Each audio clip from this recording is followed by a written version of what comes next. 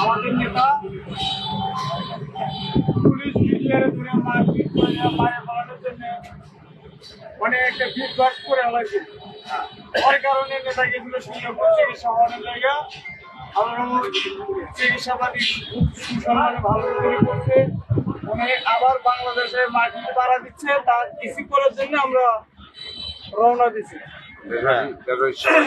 শ্রমিক অধিকার পরিষদের পক্ষ থেকে আমরা ওনাকে সংবর্ধনা জানানোর জন্য আমরা সকলে অবগত হয়ে যাচ্ছি। বলেন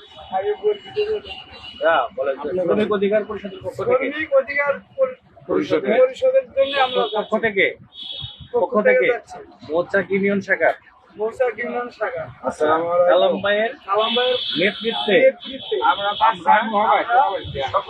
সকলে ঐক্যবদ্ধ হয়ে